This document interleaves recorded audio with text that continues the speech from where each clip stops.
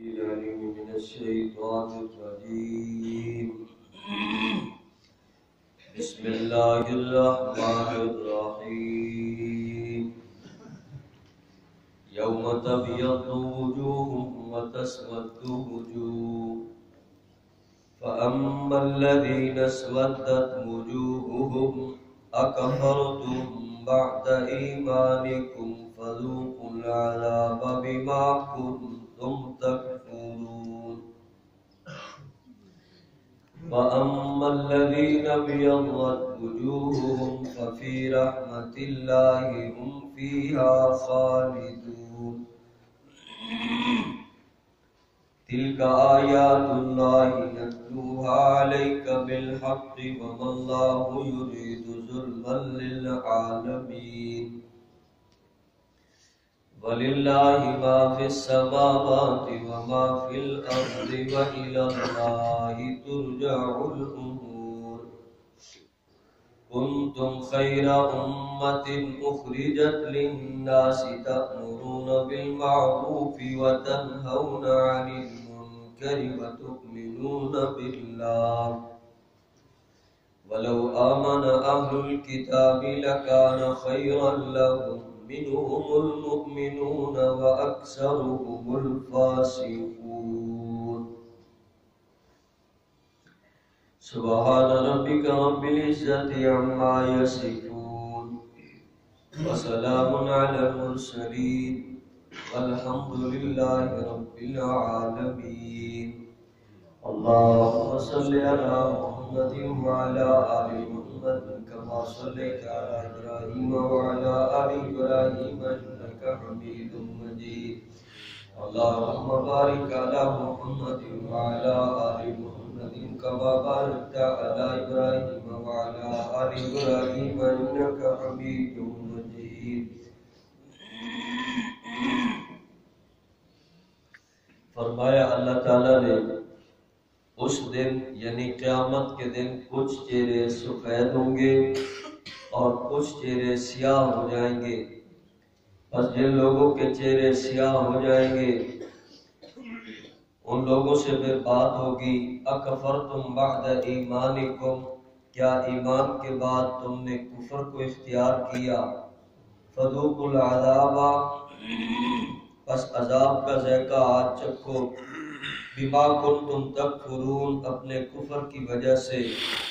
وَأَمَّا الَّذِينَ ابْيَضَّتْ وُجُوهُهُمْ، اور وہ حضرات جن کے چہرے سفید ہوں گے، فَفِي رَحْمَةِ اللَّهِ، یہ اللہ تعالیٰ کی رحمت میں ہوں گے، ہم فِيهَا خَالِدُونَ،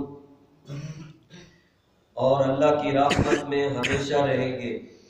تِلْكَ آیاتُ اللَّهِ نَتْلُوهَا عَلَيْكَ بِالْحَقِّ، اللہ فرماتے اب یہ اللہ کی آیات نتلوہا علیک، ہم آپ کے اوپر تلاوت کر رہے ہیں حق کے ساتھ.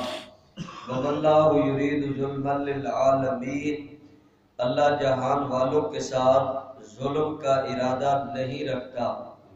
وَلِلَّهِ مَا فِي السَّمَاوَاتِ وَمَا فِي الْأَرْضِ، سب کچھ اللہ تعالیٰ کا ہے، جو کچھ بھی ہے آسمانوں میں ہے یا زمین میں ہے سب اسی کا.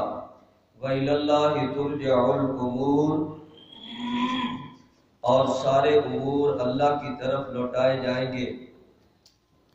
کنتم خیر امت، اللہ تعالیٰ نے امت محمدیہ سے فرمایا تم بہترین امت ہو، اخرجت للناس، لوگوں کے نفع کے لیے نکالے گئے.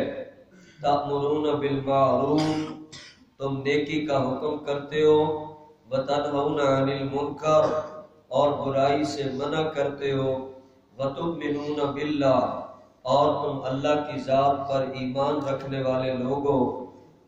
ولو آمن اہل الکتاب، اگر یہ اہل کتاب بھی آج ایمان لاتے تو ان کے لیے بہت اچھا ہوتا. منہم المؤمنون، کچھ تو ان میں سے ایسے ہیں جو مان لیتے ہیں. وَأَكْثَرُهُمُ الْفَاسِقُونَ، اور اکثر ایسے ہیں جو نافرمان ہیں، بات کو مانتے نہیں ہیں. آج انسان کے ایمان اور عمل کا سلسلہ بھی جاری ہے. انکار والے انکار پر بھی جاری اور چلتے جا رہے ہیں۔ آج دل میں جو کچھ بھی ہے کل اس کے اثرات انسان کے چہرے پر ظاہر ہوں گے۔ اگر اندر منافقت ہے دل کے اوپر گندگی آئے گی، اگر نیت خراب ہے دل کے اوپر سیاہی آئے گی، دل میں کفر ہے دل کے اوپر چہرے کے اوپر سیاہی آئے گی۔ اگر بندہ مخلص مومن مسلمان ہے تو چہرے کے اوپر بڑی چمک اور بڑی نورانیت آئے گی، چہرے سے ہی بندے کو پہچان لیا جائے گا یہ بندہ ایماندار ہے، یہ بندہ وضو کرتا تھا، یہ بندہ نماز پڑھتا تھا، یہ بندہ اچھی نیت والا تھا۔ حتیٰ کہ اپنے کاروبار کرنے والے کو بھی حضور علیہ السلام نے فرمایا نیت اچھی ہوگی کاروبار کرتے ہوئے حلال کا کاروبار، شرافت کا، سچائی کا، دیانتداری کا۔ حضور علیہ السلام نے فرمایا اس نیت پر کاروبار کیا کرو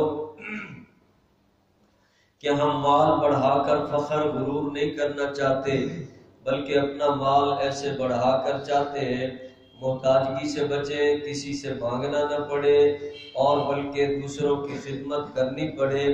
ایسی اچھی نیت کے ساتھ بندہ مال کمائے گا، کاروبار کرے گا، اللہ کے احکامات کو پورا کرے گا تو اس اچھی نیت کی بنیاد پر بھی اللہ تعالیٰ قیامت کے دن چمکتا ہوا چہرہ نصیب فرمائیں گے۔ نیت بندے کی اچھی ہو اللہ تعالیٰ اس کے اوپر اچھی مراد عطا فرمائیں گے۔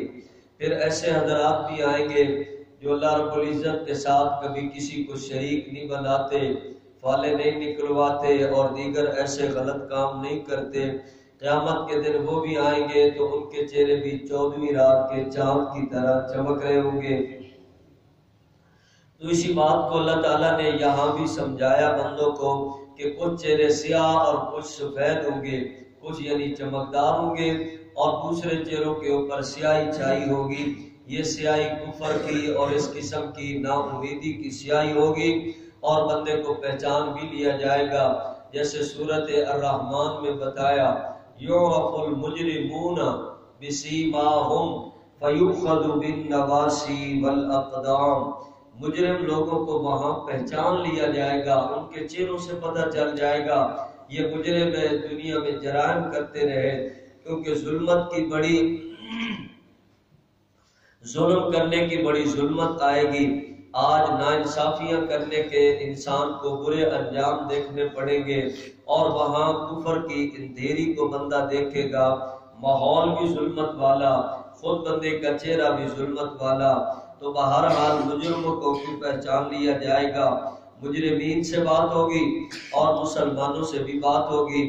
اللہ رب العزت کے اچھے بندوں سے بات ہوگی تو اعلان ہوگا بس رحمت میں آ گئے ہو، اب اللہ رب العزت کی ہر رحمت میں ہی موج مزے کرو گے، ہمیشہ ہمیشہ تمہارے لیے یہی ہے۔ اللہ تبارک و تعالیٰ نے یہ باتیں بتانے کے بعد اس قرآن کی طرف پھر بلایا کہ یہ حق والا کلام، بہترین سچا کلام جو حضور علیہ السلام کو اللہ نے عطا فرمایا، تو نبی اکرم صلی اللہ علیہ وسلم نے یہ قرآن اپنی امت کے سامنے پیش فرمایا، تلاوت فرمایا، تعلیم فرمایا اور عمل کر کے بھی پیش فرمایا۔ تو اللہ رب العزت فرماتے ہیں آج اس کو حق مان لو ورنہ تم ناانصافوں میں کھڑے ہو، اور اللہ رب العزت پھر ایسی سزائیں دیں گے۔ یہ ظلم نہیں، یہ عین انصاف ہے، کیونکہ سارا اسی کا ہے، اسی کا اختیار چلتا ہے، انسان تو اس کا محتاج ہے، اس کو چاہیے کہ اس کا فرما بردار بن کر زندگی گزارے، سارے امور اللہ تعالیٰ کی طرف ہی لوٹ کر جانے ہیں۔ تو یہ آخرت سے متعلق بندے کو خبر بھی دے دی گئی اور ایمان کی قرآن کی دعوت بھی دے دی گئی، اور اللہ رب العزت نے پھر آگے مزید اس کی عظمت کو بیان فرمایا۔ امت محمدیہ آخر میں بنی ہے کیونکہ ہمارے نبی سارے نبیوں کے بعد آئے، 1,24,000 نبی پہلے آ چکے تھے اور ان کے بعد آخری نبی حضرت محمد الرسول اللہ صلی اللہ علیہ وسلم تشریف لائے، جن کو اللہ نے سارے نبیوں کی بھی سرداری عطا فرمائی۔ تو امت بھی آخر میں آئی اور قیامت تک یہ امت چلے گی، تو اس امت کو اللہ نے پہلی امتوں کی سرداری عطا فرمائی، فرمایا آئے تو تم آخر میں ہو لیکن مقام اللہ نے اول درجے کا عطا فرمایا۔ بہترین مقام دیا۔ قیامت کے دن یہی ہوگا کہ جب تک یہ امت جنت میں نہیں جائے گی اس وقت تک دوسری امتوں کو بھی روک لیا جائے گا، کیونکہ نبی اکرم صلی اللہ علیہ وسلم سب سے پہلے اور آپ صلی اللہ علیہ وسلم جائیں گے تو اور نبی جائیں گے۔ اسی طرح امت کو بھی اللہ نے یہ عظمت عطا فرمائی تو اس نعمت کو یاد دلایا کہ آج تم اپنے آپ کو سمجھو، امتی بن کر ہم نے کرنا کیا ہے، امتی بن کر ہم نے جو کام کرنے ہیں۔ اللہ رب العزت نے سب سے پہلے فرمایا بہترین امت ہو تو بہترین کام بھی سکھائے جا رہے ہیں۔